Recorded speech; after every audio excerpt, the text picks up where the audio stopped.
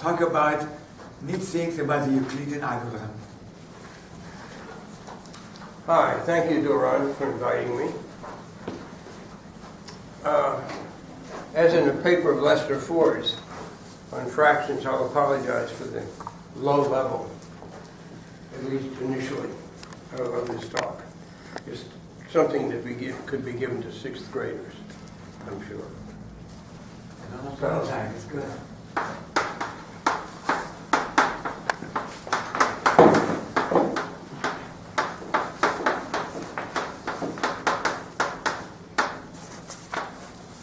In spite of the other harm that Euclid may have done, according to Doron, I really like this algorithm of his. And I'm going to pick a couple of numbers.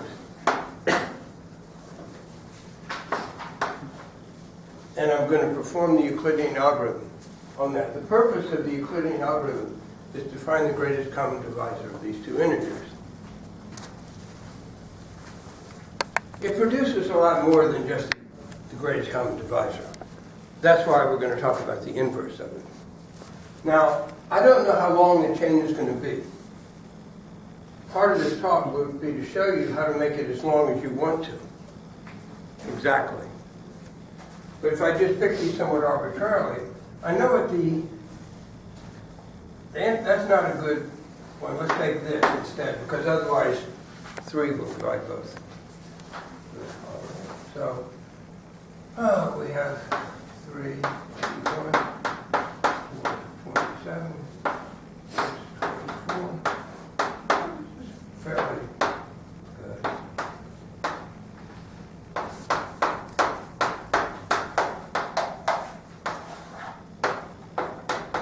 So the GCD turns out to be the last non-zero remainder.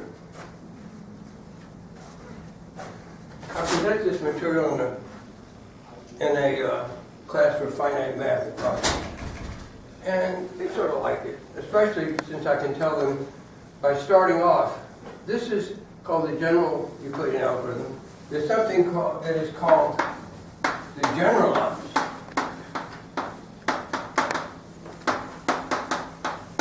Euclidean algorithm. And that would be this. To find x and y, so that 27x plus 85y is equal to the GCD of the two numbers.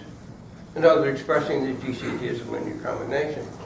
Now, if you look on YouTube for that, 9 times out of 10, maybe 10 times out of 10, all you're going to see is this method of back substitution, which has the advantage of carrying with it the proof that those numbers actually work. Well, the proof is actually finding them. So let's look at the way that would usually be done. We would rewrite each of these. We would write 85 equal to 3 times 27 plus 4. We would write 27 is equal to 6 times 4 plus 3. Right there. We would write 4 equal to 1 times 3 plus 1. Now I'm taking a very short one. The short method I'm going to show you isn't so striking unless you've got about 6 or 7. And what's the next step? The next step is to take the remainders and write that as 30 times 27 minus 85. Minus? 3 times 27, 85 minus 3 times 27. And then to write 3 is 27 minus 6 times 4. Finally to write 1 as 4 minus 1 times 3. Then the so-called back substitution goes up from here. In other words, you substitute for the 3 here. And you treat this as if it's algebra. In other words, you write 1 times 27 minus 6 times 4. Then you collect the coefficient that's a plus 6 times 4. You add these and you get 10 times 4 minus 1 times 27. Means 7. This is 1 times, would you bring these together? 6 times 4? Okay. Now, what do you do next? Now you substitute finally for 4 here. So you write this as 7 times 85 minus 3 times 27 minus 1 times 27. And you treat this algebraically. You resist the temptation to multiply that out. And so we're going to have 7 times 85. And this will be minus 21 minus another one. So it's minus 22. Or let's write it as plus minus 22 times 27. So we found that x is equal to minus 22.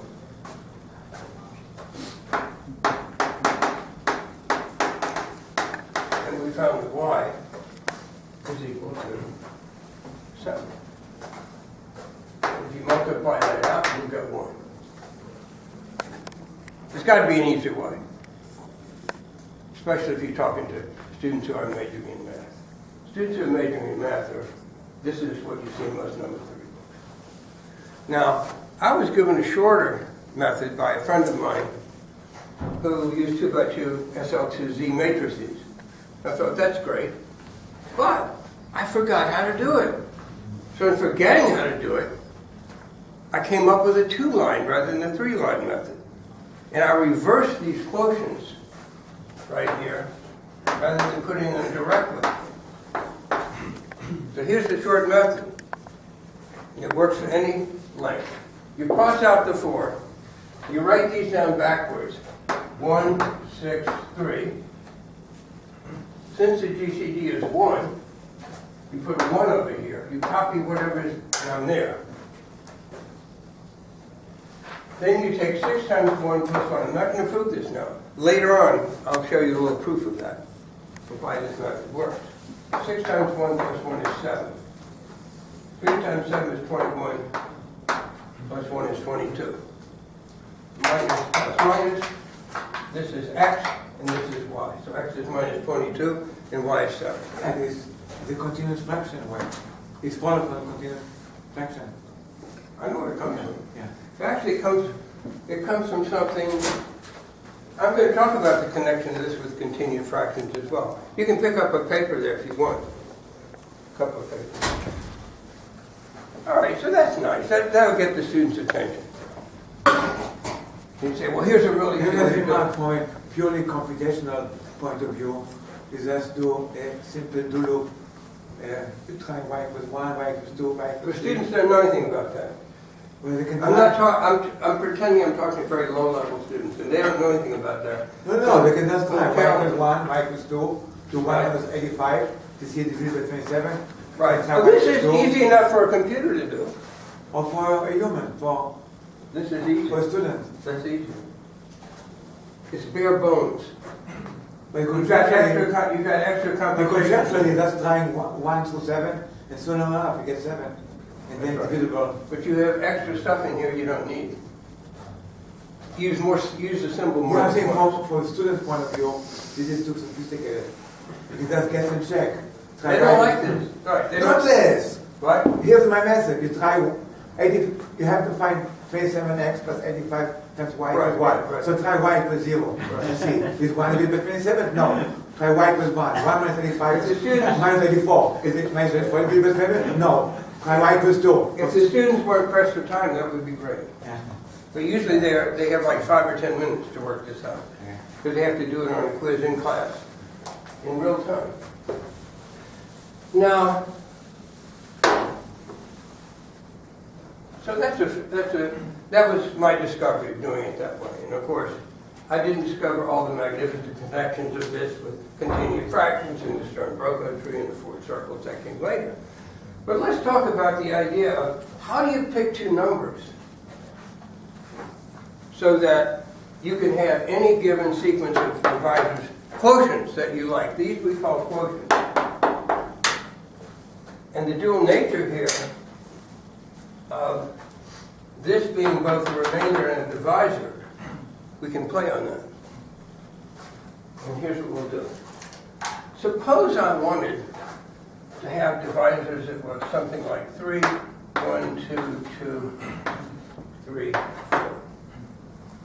How do I find a pair of integers so I get that? Now that's not unknown how to do it, but it's pretty amazing and coincidental. The same algorithm works. Let's see how. The first thing you do is reverse that.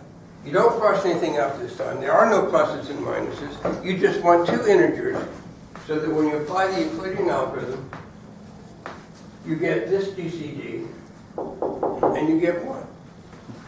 A slight modification of that will give us the same quotients with any other divisor. So how do we do that?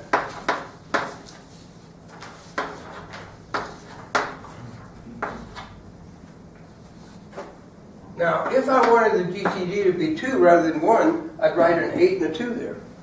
Then I'd come up with a pair of integers, the same quotients. That would be a 2. It's easier, actually, to do it for 1 and then multiply both numbers by 2. That's actually easy.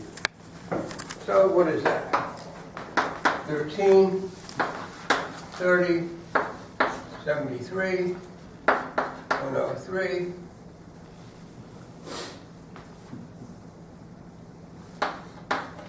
Check my arithmetic on that, see if that's right. 309, 73 and 9 is 82. So, I won't go through this.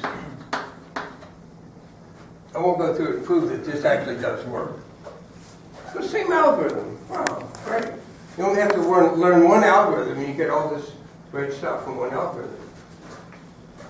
Now, why do I call this the inverse of the Euclidean algorithm? Do you write it on the top? No, that's one reason it doesn't surprise you that you write it backwards. All inverses are written backwards, right? So you're not surprised you're writing it backwards.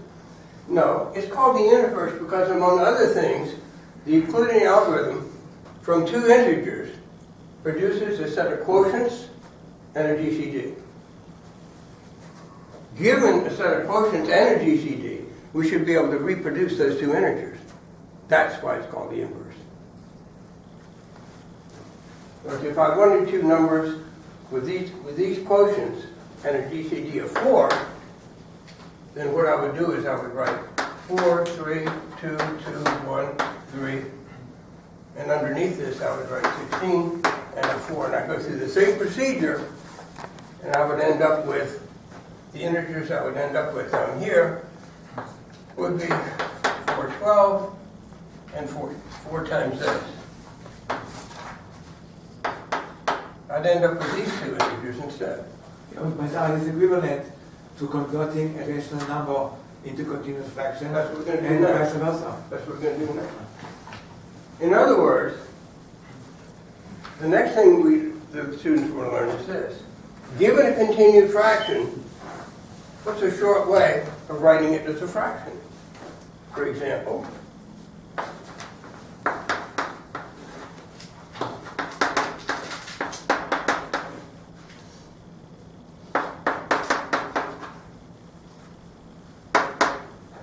now you can do it, the long way. What's a nice short way of writing the fraction? Well, you have to know, you get two integers from this procedure. And how do you know which one's on top? That's bigger than 1. So we're going to put the larger one on top. If this had a 1 on top of it, we'd do the same procedure I'm going to do now, but we would reverse them. So here's the algorithm.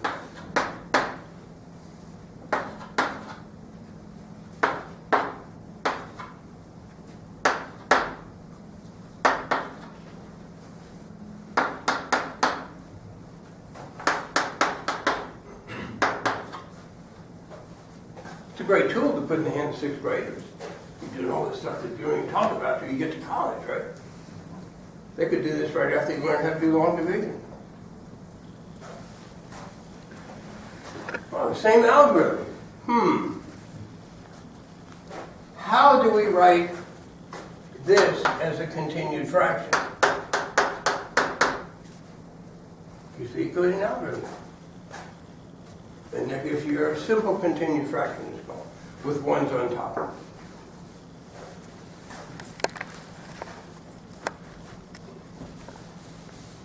Okay. Let's erase all that. I think in one of my earlier talks, in preparation for this sequence of primes I found, I talked about the Stern-Brocot tree. There's some controversy. Oh, not about the Stern-Brocot tree. I first heard Duran talk about the Wilf-Calkin tree, and he even had a t-shirt with it on. I don't think I could buy one with a Stern-Brocot tree. And you asked me several questions about the formation of the Stern-Brocot tree. I have a different formulation. I'm going to show you how it relates to the usual formulation of the Stern-Brocot tree. Here's the way it usually works.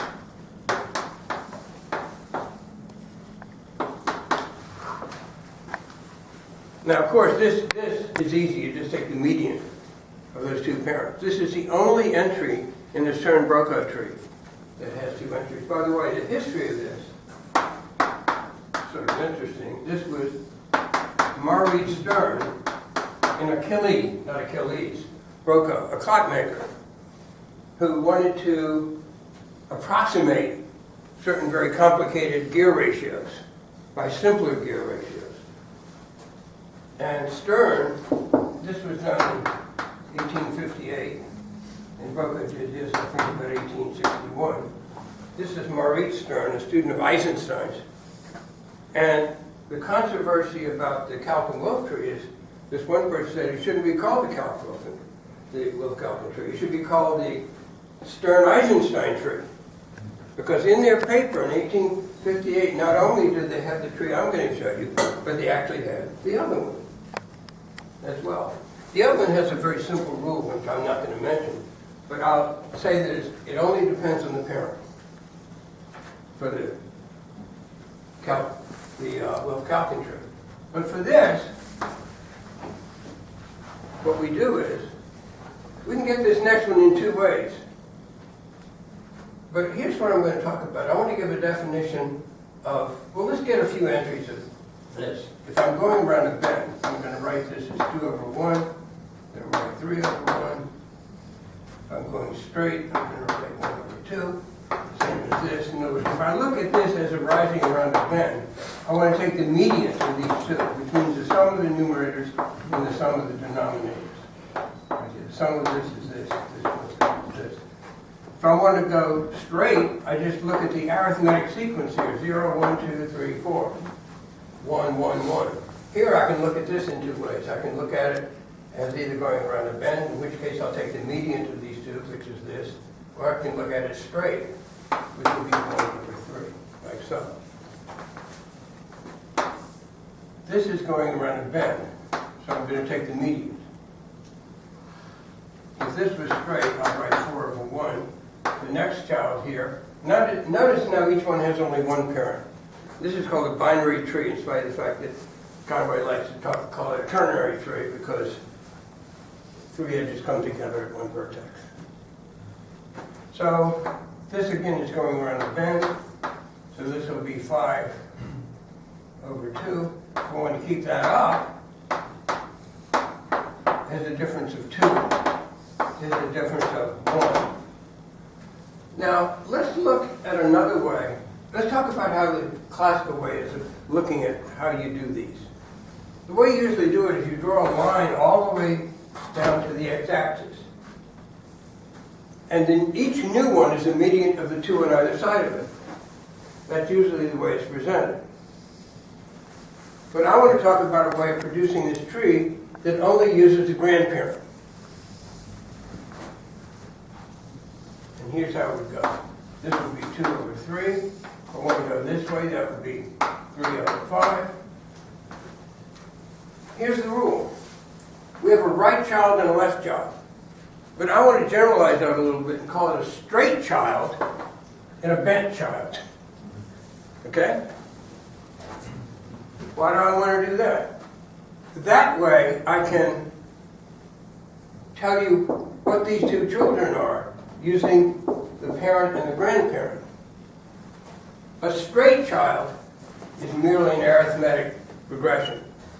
A bent child is always the median of the parent and the grandparent.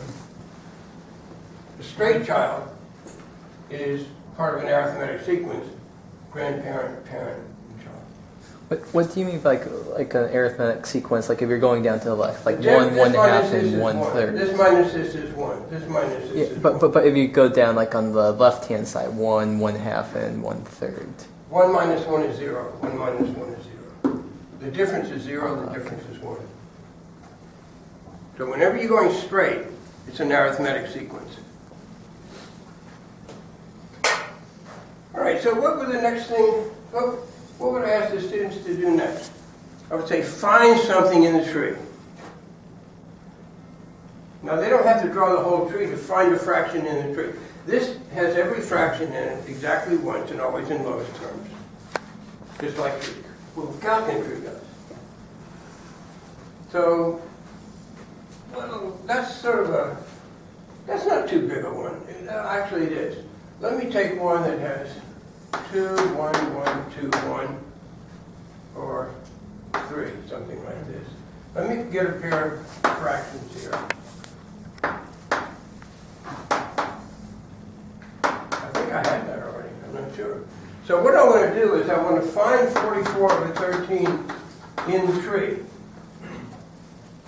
How do we do that? How do we find that in the tree? Without worrying about anything else other than its path leading back up to the original. Well, it's sort of nice. It's a nice method. I discovered this with Dave Reimer at TCNJ. You sort of see this when you talk about the slow Euclidean algorithm, which I'm not going to talk about, where you just keep subtracting off. It's called slow because it takes smaller steps. So let's look at the 44 over 13. Well, when I divide 13 into 44, because of this,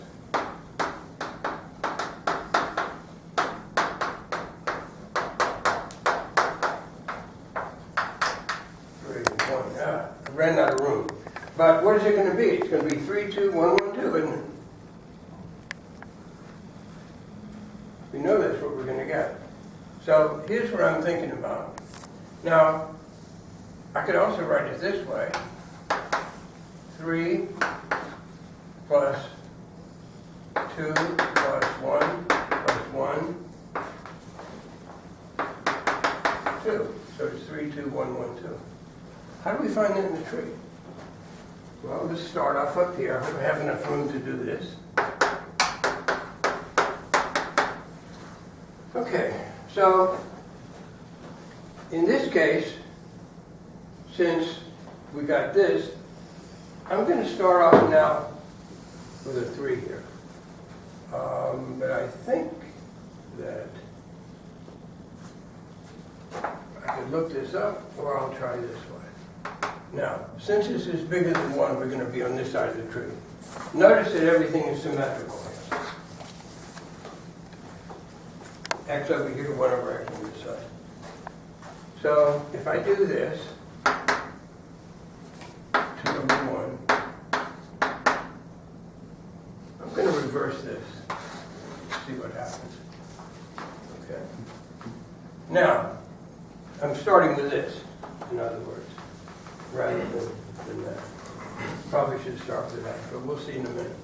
Okay. I always go one further than I have to. And I always start here. There's my 2. The 1 is a little bit tricky. I shouldn't have thrown that at you right away. Because we're going to have a zigzag path here. We're going to go 2 in this direction, 1 in that direction, but we have to go 1 further. Right there. In other words, 2, 1. Now I have to go in this direction, but I have to go 1 further than that, so that's going around the bend again. That's 8 over 3. Now I have to go back this way again, but I've got to go 2. So that's going around the bend, so it's 13 over 5. And I go again, 8 and 5 is 13, and 5 is 18, 3, 5, 7, 2. Now, I have to go back this way, but I don't go one further than I have to now. And I have to go 3. So this is 31 over 12. And this is 13. This is 44 over 19. Let's see. 12 and 5 is 17. So what did I find out? I found this in the tree. I didn't find 44 over 13 in the tree, did I? Right? What does that show you?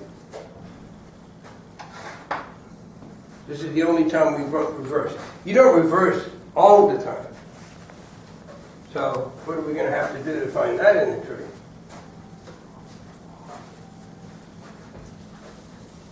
And let me go a little more horizontal.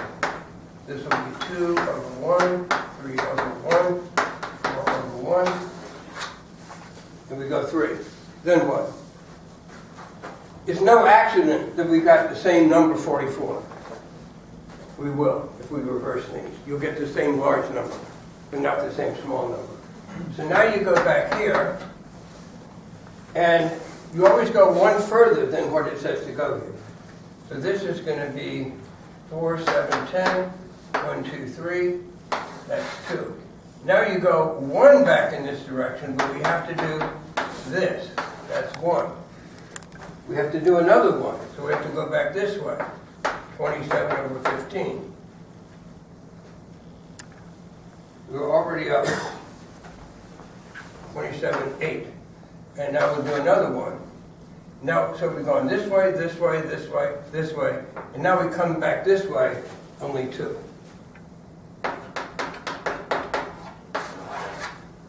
So that's the connection between the continued fraction expansion and where you find it in the Stern-Brocot tree. And that's nice because you don't have to write down the whole tree just to get that.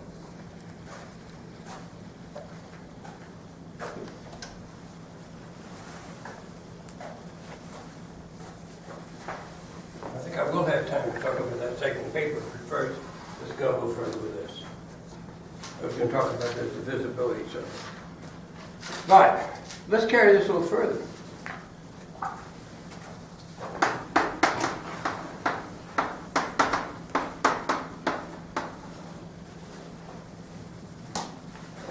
What is a Ford circle? Well, you can define it easily.